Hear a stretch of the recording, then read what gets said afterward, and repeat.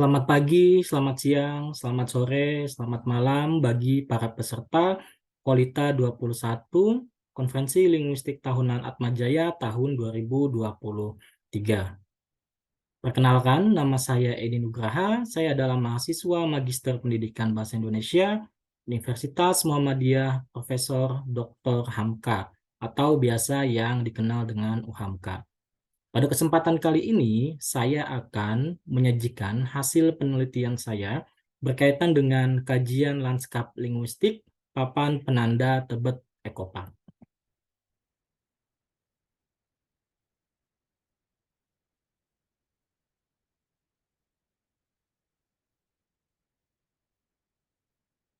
Baik, para peserta mungkin sering atau pernah mengunjungi taman. Nah, taman adalah fasilitas umum tempat masyarakat berkumpul menjadi satu dan menjadi sarana rekreasi berbasis lingkungan. Di Jakarta, ada banyak sekali taman dan program pengadaan taman serta renovasi taman adalah salah satu jalan menuju Jakarta menjadi kota hijau. Salah satu taman yang direnovasi menjadi lebih rapi dan teratur adalah Tebet Ekopark. Tebet Ekopark sendiri diresmikan oleh Anies Baswedan, Gubernur DKI Jakarta pada tahun 2022. Penggunaan bahasa Indonesia sebagai bahasa nasional telah diatur dalam Undang-Undang RI Nomor 24 Tahun 2009 tentang bendera, bahasa, dan lambang negara. Akan tetapi pada kenyataannya, di ruang publik, penggunaan bahasa lain selain bahasa Indonesia masih sering digunakan. Lantas, hal ini menimbulkan masalah penggunaan bahasa di ruang publik seperti Tebet Ekopark, karena berkaitan dengan korelasi praktik kebijakan bahasa Indonesia, sehingga menimbulkan sebuah rumusan masalah bagaimana penggunaan bahasa untuk papan penanda yang ada di Tebet Ekopark dilihat dari sudut pandang informasi yang tersaji dan makna simbolik di dalamnya. Dengan adanya penelitian ini, diharapkan mempunyai tujuan dan manfaat. Pertama, meningkatkan kesadaran kebijakan bahasa dan mendorong aktivitas di antara warga. Melihat seberapa besar praktik kebijakan nasional digunakan pemerintah. Meninjau makna simbolik di dalam penggunaan bahasa di Taman Tebet Ekopark, menjadi panduan bagi pemangku kebijakan dalam merumuskan penggunaan bahasa Indonesia di ranah publik. Kemudian menjadi referensi perubahan papan penanda di Tebet Ekopark dan pembuat papan penanda lainnya di ruang publik lainnya. Baik, kita lanjut ke tinjauan pustaka. Landry dan Borges mencetus istilah dalam sebuah artikel bahwa lanskap linguistik adalah bahasa yang ditunjukkan pada rambu-rambu jalan umum, papan iklan, nama jalan, nama tempat, tanda komersial, dan papan informasi publik, baik di gedung atau suatu perkotaan tertentu. Gorter dalam Kok berpendapat bahwa dinamika kajian lanskap linguistik berusaha untuk memahami motif, ideologi, variasi bahasa, dan persaingan dari banyaknya bahasa yang ditampilkan di muka publik. Berikut adalah tinjauan pustaka selanjutnya terkait dengan fungsi lanskap linguistik. Ada dua jenis fungsi, yaitu pertama memberikan informasi dan mengetahui makna simbolik. Nah, untuk memberikan informasi, apakah papan penanda tersebut atau lanskap linguistik tersebut itu dibuat oleh pemerintah atau swasta individu yang menjelaskan nama tempat, informasi umum, nama barang dan jasa. Kemudian makna simbolik yaitu bagaimana sebuah papan penanda itu menyimbolkan sebuah kebijakan bahasa, imperialisasi bahasa, marginalisasi bahasa, atau mungkin malah diskriminasi bahasa. Nah, semua hal itu berkaitan dengan bagaimana relasi budaya di dalam sebuah negara tersebut atau kota, identitas kelompok di suatu daerah tersebut dari etnik, gender, status sosial, relasi kuasa dalam bidang ekonomi, politik, demografi, status bahasa, apakah bahasa itu resmi dan tidak resmi. Spolsky dan Cooper mengkategorikan taksonomi papan penanda melalui 3 pengelompokan. Pertama, material, apakah itu terbuat dari besi, poster, kayu, batu, kertas. Jumlah bahasa, apakah monolingual, bilingual, dan multilingual. Kemudian fungsi papan penanda, nama jalan, iklan, papan peringatan, pelabelan benda, grafiti, papan informasi, papan peraturan, dan papan peresmian. Kemudian menjelaskan ada 4 tipe informasi. Pertama, ada komplement, hanya bagian di informasi tertentu yang ditulis dalam satu bahasa, sementara informasi lainnya ditulis di bahasa lain. Duplikasi, kalimat yang sama digunakan dua bahasa. Fragmentasi, informasi ditulis ke dalam satu bahasa, tetapi ada informasi dari bahasa lainnya dalam struktur kalimat yang sama. Kemudian, penindihan, bagian dari informasi dari suatu bahasa diulang di bahasa lainnya. Berikut adalah metodologi penelitiannya. Jadi, papan penanda difoto langsung oleh peneliti dengan memfokuskan kepada semua aspek penanda. Kemudian, peneliti mengklasifikasikan papan penanda berdasarkan taksonomi fungsi berdasarkan Sapolsky. Lalu, peneliti melakukan interpretasi berdasarkan teori Landry dan Borges untuk melihat aspek informasi dan simbolik dari papan penanda tersebut. Kemudian, penulis menyimpulkan, analisis data kualitatif dapat dilakukan dengan 3 cara, yaitu reduksi data, pengorganisasian, dan interpretasi. Lanjut, berikut adalah hasil penelitian. Kita bisa melihat bahwa papan peresmian ini berasal dari Perak. Penggunaan bahasanya monolingual, kemudian fungsi memberikan informasi tentang harapan Gubernur DKI Jakarta akan peresmian taman tersebut. Kemudian menjelaskan tanggal diresmikan dan untuk siapa taman ini dibuat.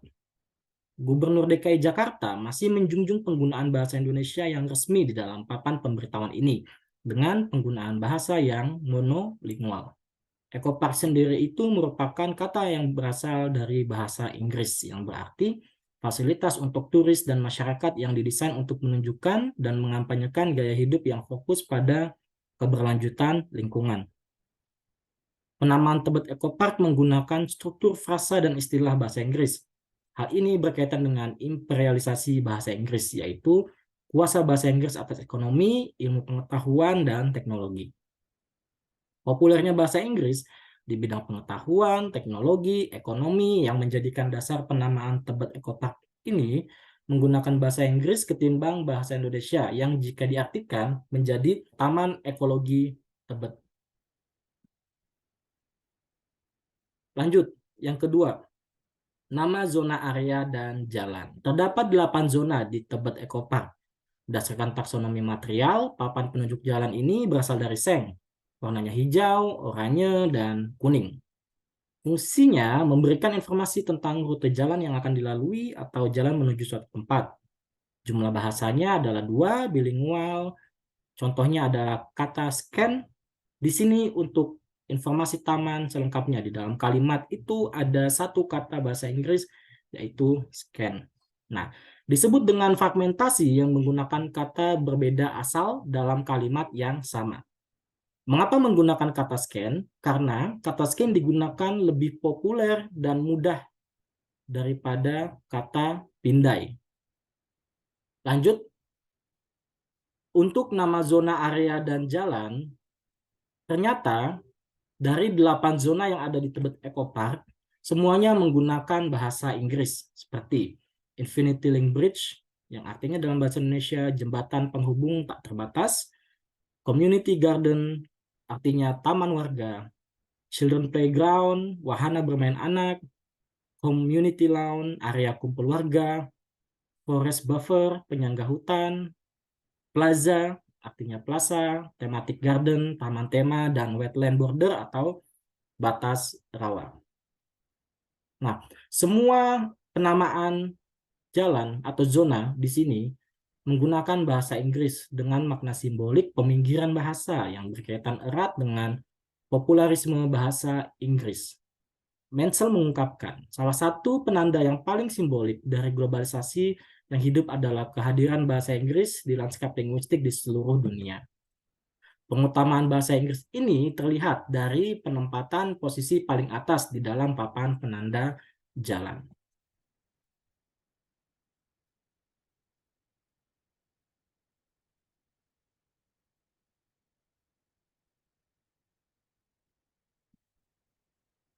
Yang ketiga, papan tanda aturan dan peringatan. Berdasarkan taksonomi material, papan peraturan ini berasal dari seng, dominasinya warna hijau, dan list warna oranye di bagian atas. Penggunaan bahasanya adalah bilingual, yaitu ada bahasa Indonesia dan bahasa Inggris. Fungsi papan tanda aturan ini memberikan imbauan, saran, larangan kepada pengunjung agar mematuhi peraturan di taman demi keamanan sendiri-sendiri dan orang lain. Ada penggunaan kata bahasa Inggris seperti skateboard, pet park, plaza, playground, outdoor fitness. Kemudian fragmentasi bahasa itu dari Inggris kemudian ke Indonesia itu terjadi karena keterbatasan ruang kata dan ketidaktahuan pembuat papan penanda, misalnya skateboard, papan seluncur, pet, binatang peliharaan, pet park, taman hewan peliharaan. Makna simboliknya adalah marginalisasi bahasa karena ketidaktahuan dan menduakan kata dalam bahasa Indonesia untuk efisiensi ruang. Selanjutnya, papan tanda aturan dan peringatan yang berikut berdasarkan taksonomi material, papan peraturan itu berasal dari seng yang didominasi warna hijau dan oranye. Penggunaan bahasa ini adalah bahasa Indonesia dan sedikit sekali bahasa Inggris.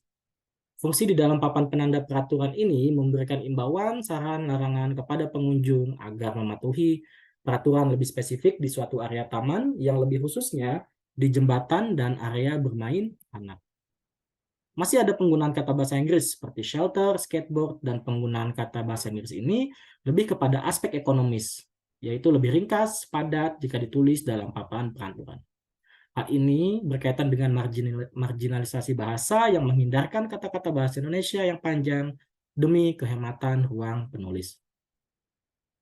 Selanjutnya, masih di papan tanda aturan dan peringatan, tapi lebih fokus ke peringatan. Berdasarkan taksonomi material, papan peringatan ini berasal dari seng yang didominasi warna hijau dan oranye. Penggunaan bahasa dalam papan penanda peresmian ini adalah bahasa Indonesia dan sedikit kekeliruan dalam penggunaan kata bahasa Inggris. Fungsi di dalam papan penanda peraturan ini memberitahu pengunjung akan kewaspadaan jika terjadi hal bencana. Penggunaan huruf kapital pada kedua gambar menyiratkan bahwa peringatan tersebut sangat serius untuk diperhatikan. Kesalahan penggunaan ada kata orange disebabkan pembuat papan penanda belum menyadari bahwa ada padanan kata warna lain seperti jingga dan oranye.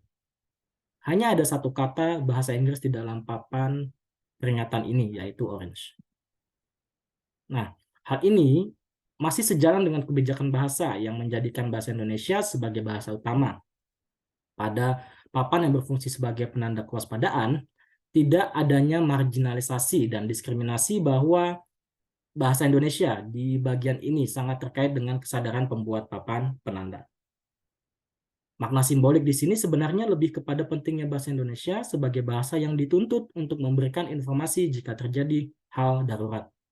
Hal ini sejalan dengan kebijakan bahasa yang menjadikan bahasa Indonesia sebagai bahasa utama orang Indonesia. Pada papan yang berfungsi sebagai papan penanda kewaspadaan, tidak adanya marginalisasi dan diskriminasi bahasa Indonesia di bagian ini.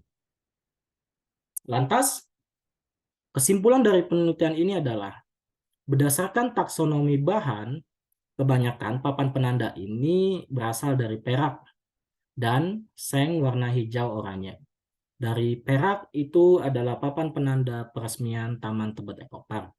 Dari fungsi papan penanda ini ada papan peresmian, kemudian ada papan nama jalan, dan papan peringatan dan aturan. Dari jumlah bahasa, ada monolingual, ada bilingual model fragmentasi, dan menyimbolkan peminggiran bahasa Indonesia, marginalisasi bahasa Indonesia di papan peraturan, kemudian penghormatan bahasa nasional untuk papan penunjuk kewaspadaan, dan papan peresmian. Itu monolingual, simboliknya adalah penghormatan bahasa nasional. Kemudian, saran. Kita sudah mengetahui bagaimana papan penanda di Tebet Eco Park direpresentasikan. Sarannya adalah, dalam keadaan sadar sebenarnya, si pembuat bahasa di papan penanda ini meyakini bahwa penggunaan bahasa Indonesia sangat penting. Mengapa? Karena di papan penanda kewaspadaan, mereka menyadari bahwa ini membutuhkan tingkat kewaspadaan yang tinggi. Nah, oleh kesadaran tersebut, seharusnya si pembuat bahasa itu juga menyadari bahwa bahasa Indonesia itu penting dalam keadaan apapun, baik keadaan darurat, keadaan santai, kemudian dalam keadaan yang cukup genting. Papan penanda ini harus berfokus kepada bahasa Indonesia sebagai fokus utama dari setiap penanda. Barulah penggunaan bahasa lain diperbolehkan, akan tetapi dalam model duplikasi, yaitu mengulang kalimat yang sama dengan tidak mengambil fokus papan penanda yang berbahasa Indonesia, atau dengan menggunakan ukuran yang lebih kecil. Sekian presentasi dan penelitian dari saya. Terima kasih semuanya. Wassalamualaikum warahmatullahi wabarakatuh.